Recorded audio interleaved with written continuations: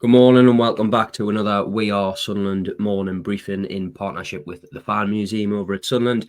Don't forget, we still have our launch offer on, so it's £1 for 6 months worth of coverage. The place to be for everything red and white, tactical analysis, exclusive interviews and insight from plenty of Sunderland experts. Joe, how are you doing? I'm not bad. Yourself? Yeah, all good. The morning after the night before, Sunderland's draw with Boro on the face of things, not a bad result. No, I think you'd have probably taken it. I think most would probably have taken a draw down there. We spoke about the record against Middlesbrough at the Riverside before the game, didn't we? And it looked as though it was going. Well, you can say that it has continued because they obviously haven't gone there and won. But with 10 minutes to go, it looked as though it was going to be another defeat, another game at the Riverside without scoring as well, after what was a pretty alarming second half. But no, they ended up coming away with what I think most would say would be a decent point and a striker scoring again. Yeah, just on that, there's been plenty of games, hasn't there, where you're going into the final 10 minutes. Hull the other week, perfect example, where you're going in with a goal down and they just didn't really look like scoring. It would have been harsh had they not. Michael Clarke came out afterwards and said it was a bit of a sucker punch. He doesn't know how his side lost the game. But if I just pull up some of the stats from that, I mean, it was a pretty even game, particularly first half. Boro 15 shots, Sunderland 13 shots. Boro only had 2 shots on target. Sunderland had 5 throughout the course of the 90 minutes. So I'm not quite sure I buy into Carrick's rhetoric after the game. I mean, from a winning position, I can understand his disappointment to lose the 3 points. But I thought in the first half performance, as you say, second half, there was that period of 30 minutes in the second half where just Sunderland it was like they were still in the dressing room and Boro just upped the ante. I don't know whether that plays into Boro being poor first half, but first half in particular, I thought Sunderland were actually really good. I thought Abdullah Bar on the right-hand side got in plenty of space down there. Jack Clarke was a little bit quiet, but when they did get the ball to him, he had the beating of Luke Ayling, I think all afternoon, and you saw that in the final 10 minutes. That's sort of what swung the tide in Sunderland's favour. Just on that as well, and another thing, that there was the substitutes as well. I think there's been a bit of, talk online about Michael Beale's reluctance to make a substitution. It's a tough one, that, isn't it? Because I think in part the substitutes that he did make helped change the game, but in part it was also Boro's substitutions also helped change the game, because when they took Dan Barlasser off, they seemed to just lose a bit of control in the middle of the pitch. Yeah, I think most of what you said there is spot on. I think the first half, Sunderland, for me, probably just about shaded it. Yeah. Mills were probably more threatening, but obviously Sunderland had the chance with Abdullah Bar. That was gilt-edged. That one that was cleared off the line by Vandenberg. You can't miss chances like that. You really can't. And you wondered then whether that would come back and bite them. It did, but the second half was just, from the gate, it was sloppy. Now, obviously, Middlesbrough stepped up their intensity and they were much better. They were much improved in the second half. And you could kind of feel it coming for Sunderland. It did feel as though they were kind of sleepwalking towards conceding. And you were wondering whether Michael Beale could be proactive or reactive. Yeah. And then it ended up being reactive, from the free kick. Now, there was a bit of fortune how it came, because I'd argue that it probably wasn't a free kick in the first place. And then obviously the strike from Greenwood falls kindly. Well, I say falls kindly to Force, but he does so well to take the touch and the finish. It is a really, really good goal. And from that point, you're really worrying, because it's a bit of an onslaught, and you're just thinking kind of, here we go again from a Sunderland point of view. Then there was a stoppage in play kind of about 15 minutes ago. I think Greenwood and Force both kind of down.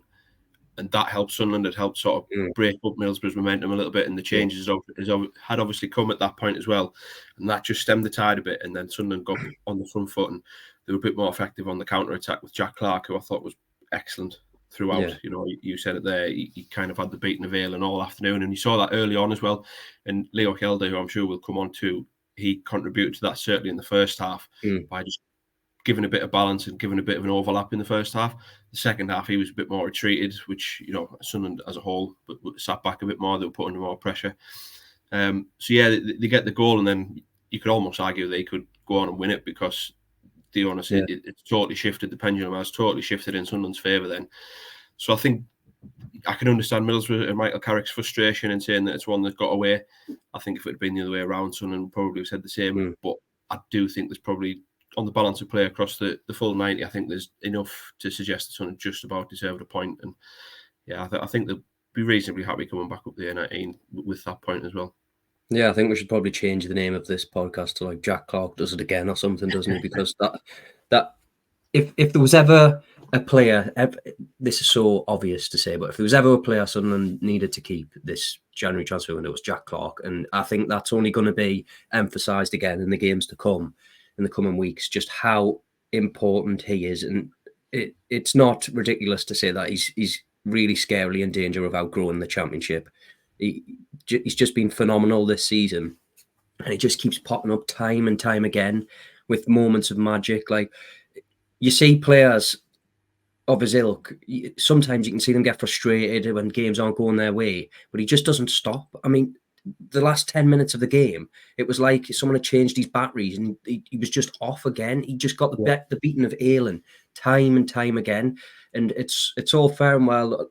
He had a little bit of a blip, I think, over the festive period, like after the Newcastle game. But I tell you what, just a fantastic performance from him. Yeah, he was excellent against Stoke, wasn't he? It was one of his best performances at the Stadium of Light for a while. And then we spoke about how he's kind of dropped against Middlesbrough before the game. You know, Isaiah Jones played a big part in that. Him being out, we wondered whether that would be an impact. And you know, he fancied it. You could tell that he fancied it up against Aylan from the off. He straight off the bat. There was a couple of dribbles that went in the area. He nearly caught out Glover at the front post early on. Yeah. And then, in the second half, when Sunderland were under the cosh a bit, it kind of was him. You referred to it there as changing his batteries, and it was him who sort of grabbed the game by the scruff of the neck and sort of said, "Come on, lads, what are we doing here?" Yeah. And he started driving Sunderland up the field again. And then after the goal, the assist for the goal was excellent, and another goal contribution for him.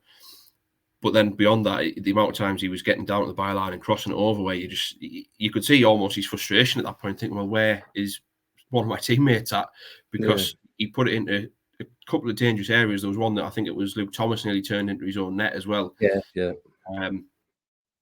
If you go back to the first half as well, I think the chance for Bar that came from him and Job, it kind of shows where he's maturing as well, because instinctively you're trying to just pop that shot off as soon as you can in the 6-yard box. You realise that the angle was tight. There was 2 players around on the keeper to beat. He took all 3 of them out of the game, rolled it to Bar, and you're thinking, oh, well, there's the opening goal, and somehow Bar wasn't able to turn it in. So, he's in a place where he's enjoying his football. I genuinely believe he's enjoying it being here as well. He said that after the game as well, you know, how all the talk's just been background noise to him, and he's just happy putting on a Sunderland shirt. And I think for Sunderland supporters, it's going to be a case of them just having to enjoy these last 16 games, because it feels almost inevitable that he will move on in the summer. And the way that the season's gone, you know, he's earned a move to try and test himself back in the Premier League. Now, I know we've spoken about the Newcastle game before and how we probably underperformed in that game, and you know that'll happen when he steps it up into the Premier League. He will have to probably kick on again, but he's certainly off this season, and probably what's going to continue, because there's nothing to suggest that he's going to drop off in form for a prolonged period as well. Might be a game or 2 here, but then he can just step it back on. And his durability as well is something else. I mean, you think about he joined the club on loan 2 years ago, and he's played over 100 games. That's probably not spoken about enough either, is it? No, it's probably not. And he's always available, and he always has, well, 9 times out of 10, he always has a level of performance. And you know that is you don't want to say a rare breed, but it's a breed that, you know, takes you to the Premier League. You know, if you keep on that path of consistency, and that is what he's done, and that it does feel as though that is what will happen. I think most are accepting of that'll happen, whether it be with Sunderland if they can get in the playoffs and go up or not. Probably the latter being the most likely at this stage. But yeah, another really, really good performance for him, and it's a case of these last sort of 16 games, just enjoying him, I think, from Sunderland's perspective. Yeah, definitely, especially when he's getting clattered every week, and to not pick up injuries just from that side alone. I mean, he wins Sunderland free kicks up the pitch. Just on the first half, I thought, to be fair to Sunderland, I thought the midfield 3, I thought they were actually really good. There's been, you know, people will disagree. Second half, it was a game of 2 halves, wasn't it? I think first half, Sunderland actually had a really good control in that area, and we didn't see the 4-2-4 that we've seen away from home. I know we spoke about that before the game and how they would set up. Michael Beale said actually went toe to toe, and that, Boro had that Azaz chance where Patterson's come out to deny Greenwood, then Azaz has blazed it over the bar. But other than that, Sunderland had the better of the chances, I think, first half, especially with that bar miss. But it was notable how, just with Dan Neil holding and Ekwa and Job further ahead, just how easy they were able to find pockets of space and play through. It was a strange setup from Boro, because we saw in the second half that they come out and pressed high when they nearly forced Patterson into that chance. But there was a stage in the first half where Luke O'Nien just gets the ball on the edge of his box and just runs through and carries it through the whole Boro team and plays it out wide to Clarke. But there were two or three chances like that where Sunderland just broke through a line far too easily and got the ball out wide. Now, I know obviously there's a lot of talk on strikers, Mason Burstow. For what it's worth, I actually think he, people are saying he had a poor game. I actually think he did quite a lot of work off the ball. He had a different role. He wasn't as high. I noticed he was deeper than Sunderland's two wingers, stopping the ball going to the likes of Howson. So yeah, if you look on the balance of play, hasn't scored. Okay, does that warrant a poor performance? I don't think it was too bad. I thought the ball he played through for Bar, when Bar was set through 1-on-1 and he hit the side net, and that was a great through ball. I thought it was an industrious performance from him, albeit I just don't think it was his day. Then when you replace him and bring Rusyn on, then he scores the goal. That's obviously going to make, when you compare the two, one's got a goal, one hasn't. Yeah, no, I agree again in the main. I think the midfield one's interesting because that seems to split debate a little bit. It was noticeable. It was very noticeable. It was sort of a 4-3-3, and they pressed quite high early on. Whether that was something that they picked up on in terms of, if you look back at Middlesbrough's game against Chelsea, for example, they sort of played themselves into trouble quite a few times. So whether that is something that they tried to do in the early stages, because it did look noticeable that the two lines of three were quite high and Ekwa pushing out wide. And another thing as well, when they were getting down the right, crosses into the box were more frequent, and it was as though that was definitely something that was really sort of instructed to get it out your feet and get it in. Now Burstow was in and around there, but at the same time, he didn't quite make that natural sort of killer instinct run for me. And again, it's the sort of same thing that we said all season, is that there then wasn't enough bodies around him. So when Hume put a couple of really inviting crosses in, it was kind of, if it wasn't on Burstow's head, there was nobody then there to pick up the pieces. One thing I would say about the midfielders, though, it was a little bit odd, just to contrast that, is it was a little bit worrying how easy Middlesbrough were able to play through it as well. Sam Greenwood had a lot to do with that in terms of his runs off the ball.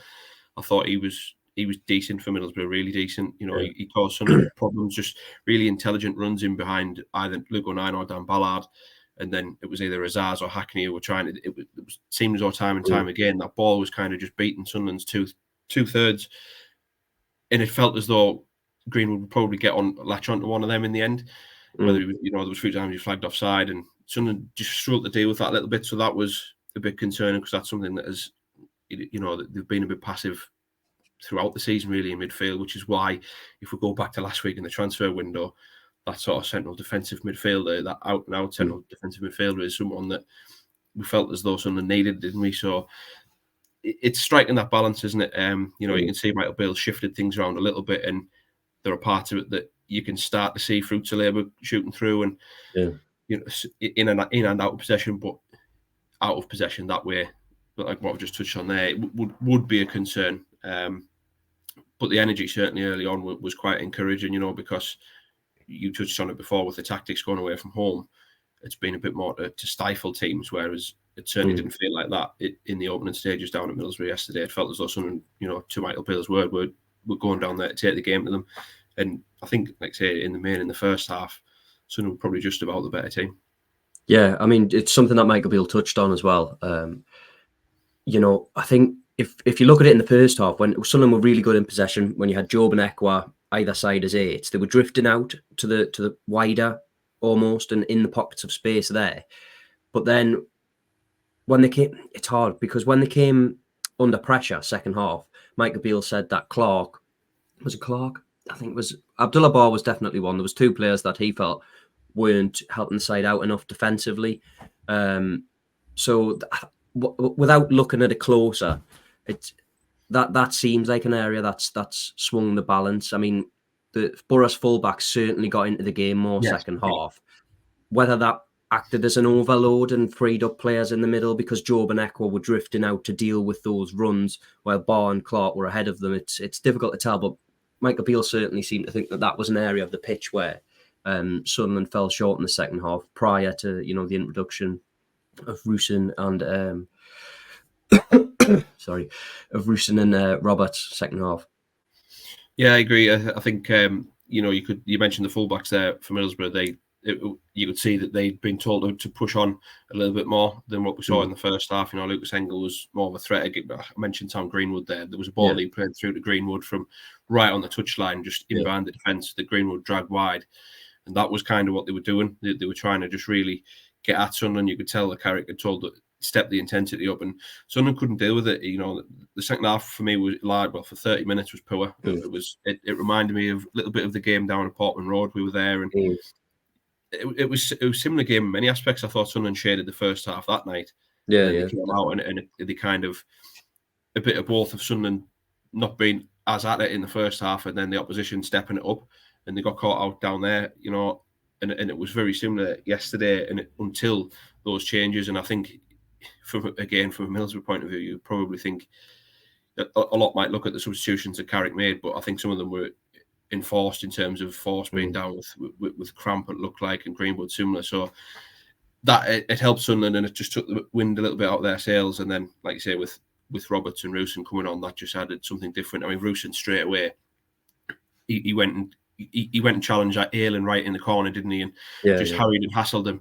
And that's something that Sunderland hadn't done all game, really, even with Burstow, because, like you say, he was dropping deeper. He was trying to come in and turn it round to either of the wingers, and just got a little bit lost. It never really stuck up there. It was a difficult afternoon from. I understand what you're saying, and it been an industrious performance off the ball. I think there's some stats that'll support that as well, but sometimes fans will just want exactly what Rusyn brought in terms of, in a game like that as well, just to go and almost stick it on a defender a little bit, and he did that within a couple of minutes, which you heard the raw goal from the end, didn't you? And that just things like that just help kick momentum back a little bit in your favour. And then obviously the goal came, which that's what three goals from strikers now in sort of 5 league games. What crisis? What problem? Just on that as well, there's been an interesting point. Rusyn scored obviously 2 of those goals from off the left, I believe, when they were down at the under-21s, played Leeds in midweek. And it's something that Michael Beale spoke about, that Rusyn likes to float off. He's not just an out-and-out number 9. He says he prefers to float in. He's probably better off the left. Let's be honest, I don't think you're going to see Rusyn over Clarke in that area unless, Clarke gets injured. But that is food for thought, isn't it? Going into the latter half of the season, because that Sunderland at the minute have played with an out and out wingers, haven't they? Whereas if they want to come slightly narrower, that affords Rusyn can be that option if he likes playing in sort of in between the channels. Then that's some food for thought for Michael Beale. Yeah, it could be. If you go and attack a game in like a 4-2-2 or something like that, he could sort of tuck inside a Clarke, couldn't he? It just brings us round to the sort of conversation that we're going to have every week about who's going to start as that main striker now. We'll probably go back on these shows and I'll contradict myself every week. I think most Sunderland fans are probably going to contradict themselves every week they go to a game at the minute, because if you naturally just want to stick with who scores, or then you think, well, we've advocated for either or to just get a run of games and consistency. I think with Rusyn coming on, the funny thing about the goal was it was so unorthodox, wasn't it? What I would say is he did really well in pulling off the shoulder, just to hold in that space. All the player got sucked over on the left where Clarke had drawn everyone in, and Rusyn cleverly just stood over on the right and opened up, and it allowed him to take what was a poor touch, if we're being honest. It sort of bounced up, and then you're thinking, oh, has the chance gone? And then he hit it, and I don't even think that the shot itself had that much conviction in it. It was a strange goal to beat Glover at the near post. And obviously it was a mistake from him, but as a striker, this part of you thinks, well, yeah, that's what you want to do, get it and just have a shot at goal. Yeah, just have a goal. You're not going to score if you don't have a go. And what is it they say? Don't buy a ticket, you win the lottery. And Rusyn certainly did that yesterday. And you could see that it buzzed about the buzz from after as well. He went close with a header after that, and he was busy, wasn't he? And I think, again, going back to like what he did with Aylan down in the corner, I think just that busy and that energy that appeals to supporters. You know, sometimes with Burstow, if he's not involved in it, it'll look more like he's then having a poor game, like we were talking about earlier. So it's going to be something that's just going to rumble on. Now does Rusyn go in against Plymouth? It's anyone's guess, isn't it? You know, for what happens from here, or do you wait to be an impact from the bench? What you would say is, and I think Michael Beale, you'll be able to correct me if I'm wrong here, what you said after the game in terms of his family now being here with him, that undoubtedly is going to allow him to settle more and be able to focus on the field a little bit more, which Sunderland are arguably starting to see a little bit of now over the last couple of weeks. Yeah. I mean, he said his family's now with him, I presume in the northeast, because he said they're together. So, but just interestingly, on the point that you made there, yeah, it's hard to disagree, isn't it? Because people are crying out for continuity and the need of a striker to play. You know, we were saying Burstow, should he be the man to start? Before that, we were saying Rusyn. But it all comes back, doesn't it, to the level that these players are at, because there's no clear player that is a standout, your main choice, number 9. That's the problem that Sunderland have had all year. It remains the problem after not bringing anybody in. So, yes, you're contradicting yourself slightly by changing the player who it is to start, but the underlying issue remains the same. Yeah, it does. I mean, one thing you would say, though, and you've got to give Michael Beale credit for this, is he is giving strikers more of a go. He does seem to be giving them an opportunity rather than going automatically to a Job or when fit a Bradley Dack or Pritchard as that sort of 10, that false 9. You know, he does seem to be trying to steer towards actually putting one of the designated strikers in there. So you've got to give him credit for that. And like I say, there's 3 of them scored. There's been 3 goals scored now, and I think it is 5 league games since New Year's Day. So that is it is very slowly stepping in the right direction. Look, I don't think anyone can, and we're not trying to say that that's it, problem solved, because it isn't at all. But at least it is moving. The needle's moving in the direction that you wanted to move in from that area of the field. But I suspect it's just going to be the same sort of situation between now and the end of the season. You know, for all Christian Speakman sort of told us last week that they're comfortable with the bodies that are in the building. I don't think anyone's kind of pulling the wool over people's eyes in terms of if there was an out and out. You know, if you had a Ross Stewart, for example, we'll go back to him. I know that it's arguably lazy to go back to that because it's been and gone. But if you had someone like him, it would probably be a hell of a lot different, you know, in terms of the output through the centre of the field, just as playing through the centre of the field as well, not even just in terms of goals. You know, we've done pieces where you can see so much of Sunderland's play goes down the flanks, most notably down Jack Clarke's side, but just having somebody through the middle who can be that focal point, and none of the 3 that are in the building now seem to be able to really do that. Rusyn obviously has the runs in behind, Burstow in and out a little bit. Haven't really seen enough of Hamir, so it's going to rumble on till the end of the season. Yeah, we haven't really seen those runs from the likes of Ross Stewart. You know, why he's played in behind. As you say, Rusyn's done them, but they haven't found him. It's something that Michael Beale spoke about in his press conference after the game. Are we getting enough bodies in the box? Yeah, there was, again, final 10 minutes. I mean, we've seen it so many times where there's a ball gone in and it's a yard or 2 behind a player where you're just crying out for someone like Ross Stewart. Obviously, that's not going to happen, just to come in and finish it. Late runs from midfield. Again, you know, getting bodies in the box. I think, interestingly, a point that we'll finish on, and you brought it up nicely there, is Christian Speakman's comments just on Sunderland's current situation after the January transfer market. Now, I touched on it in the talking points after the game. You can read them over, obviously, on We Are Sunderland. It was interesting, the comments that he made, you know, heading into this week about, we're happy with where we are. We're happy with the players that we've got in the building. It just feels like that something is still missing from this week. Yeah, it does. And I think yesterday it kind of played out for both teams. You could see that the 2 teams that are, for me, probably just going to miss out. Yeah. It was because both felt as though there was just something not there. I touched on that in the preview show when we spoke with Dom. The strikers obviously the go-to. You know, they got rid of Morgan Rogers on deadline day, but it just feels there's something just missing in terms of, if you go back 12 months ago now, actually, I know Sun kind of hit a little bit of a sticky patch around this sort of time 12 months ago, but the feeling around the club was different, and the wave of momentum carried them, and the inconsistency this season has been, it doesn't lead itself to suggest that they're going to go on a run to really get in, because it looks as though there's going to be one spot up for grabs between 6, 7, 8 teams. That is going to be a difficult battle to come out on top in if you don't go on a run of sort of 3 or 4, even just 3 or 4 wins on the spin. It seems to be very stop-start at the minute. So, look, the striker situation is one that supporters are obviously going to look back on at the end of the season. I mean, plenty have sort of voiced their opinions on it already, but the proof will be in the pudding at the end of the season. If Sunderland don't get in the top 6, that is going to be the immediate go-to in January. Why wasn't a striker brought in?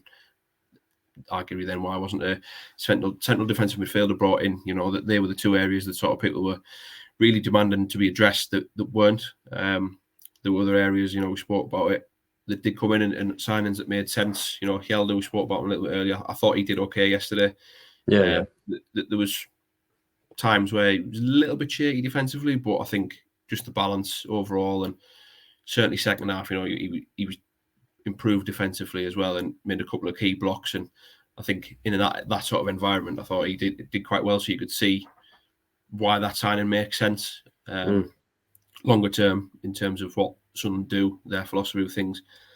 But yeah, it still does feel as though the window left them short. There's no doubt about that.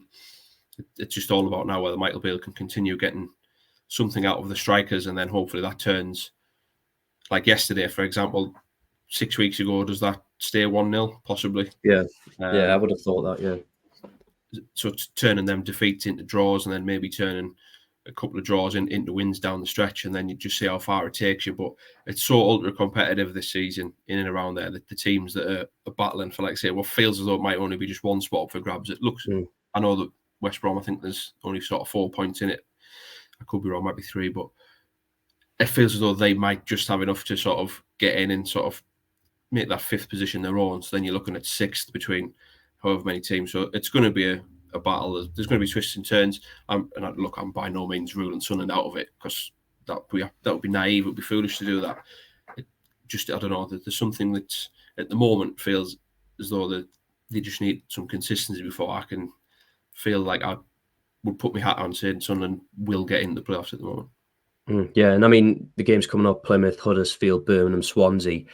Yeah. All sides in the bottom half of the table. And if, as Michael Beale's touched on, I think Michael Dodd's touched on it, your consistency. They didn't lose at Boro, so all of a sudden, if you win, let's say you take 12 points from those games, all right, it might be wishful thinking, but if you take 12 points from those games, you're looking back on this Boro result, and all of a sudden you're thinking, "Oh, what a great point that is." Complexion totally changes.